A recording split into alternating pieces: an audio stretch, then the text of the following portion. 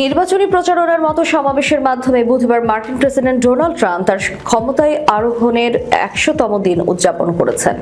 সমাবেশে তিনি কমিউনিস্ট উগ্রবাম বিচারকদের উপর সতর্ক করে দিয়ে বলেছেন, কিছুই আমাকে থামাতে পারবে না। ট্রাম্প ভেনেজুয়েলার অভিবাসীদের আমেরিকা থেকে এল সালভাদরের একটি কুখ্যাত কারাগারে পাঠানোর একটি ভিডিওর মনোমুগ্ধকর দৃশ্য পরিবেশন করেন। তবে তার ৮৯ মিনিটের বিচ্ছিন্ন এবং এলোমেলো ভাষণ শেষ হওয়ার আগেই সমাবেশ ছেড়ে লোকজন চলে যায়। ট্রাম্প বলেছেন, আমাদের দেশের ইতিহাসে যে কোনো প্রশাসনের সবচেয়ে সফল প্রথম ১০০ দিন উদযাপন করতে আমরা আজ রাতে আমাদের জাতির প্রাণ কেন্দ্রে এখানে এসেছি। ১০০ দিনে আমরা প্রায় ১০০ বছরের মধ্যে ওয়াশিংটনের সবচেয়ে বড় পরিবর্তন এনেছি।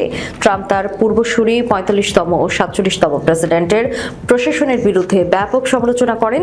তার পূর্বসূরিরা গ্যাং, কার্টেল এবং সন্ত্রাসীদের অনুপ্রবেশের অনুমতি দিয়েছে বলে মিথ্যা অভিযোগ করেন তিনি।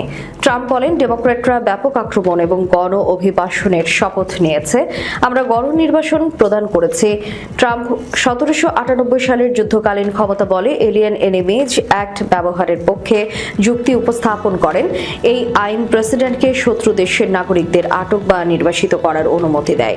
ট্রাম্প তার ভাষণে সেই সব আদালতকে টার্গেট করেন যারা প্রথম ১০০ দিনে তার অনেক পদক্ষেপকে বাধাগ্রস্ত করেছে। তিনি বলেছেন, আমরা মুষ্টিমেয় কমিউনিস্ট উগ্র বামপন্থী বিচারকদের আমাদের আইন প্রয়োগে বাধা দেওয়ার এবং কেবলমাত্র মার্কিন যুক্তরাষ্ট্রের প্রেসিডেন্টের দায়িত্ব পালনের অনুমতি দিতে পারে না। বিচারকরা আমাদের দেশকে সুরক্ষিত রাখার নামে প্রেসিডেন্টের ক্ষমতা কেড়ে নেওয়ার চেষ্টা করছেন। ট্রাম্প বলেন, এটা ভালো কিছু নয়, কিন্তু আমি আশা করি আমাদের দেশের স্বার্থে সুপ্রিম কোর্ট এটাকে বাঁচাতে চলেছে, কারণ আমাদের কিছু করতে হবে। এই লোকেরা কেবল আমাদের দেশকে ধ্বংস করতে চাইছে।